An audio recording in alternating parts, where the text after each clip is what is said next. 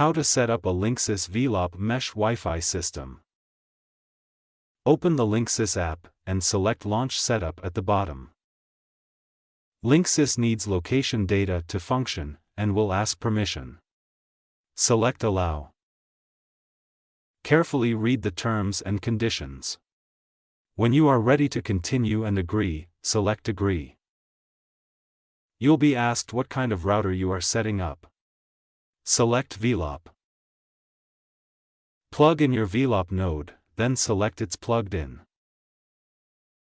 Place the node in an open area, then select it's in the open.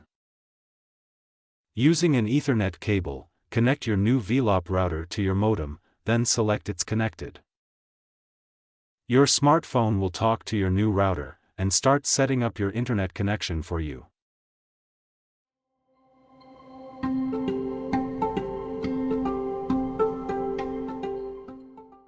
The light on your Velop node will turn purple.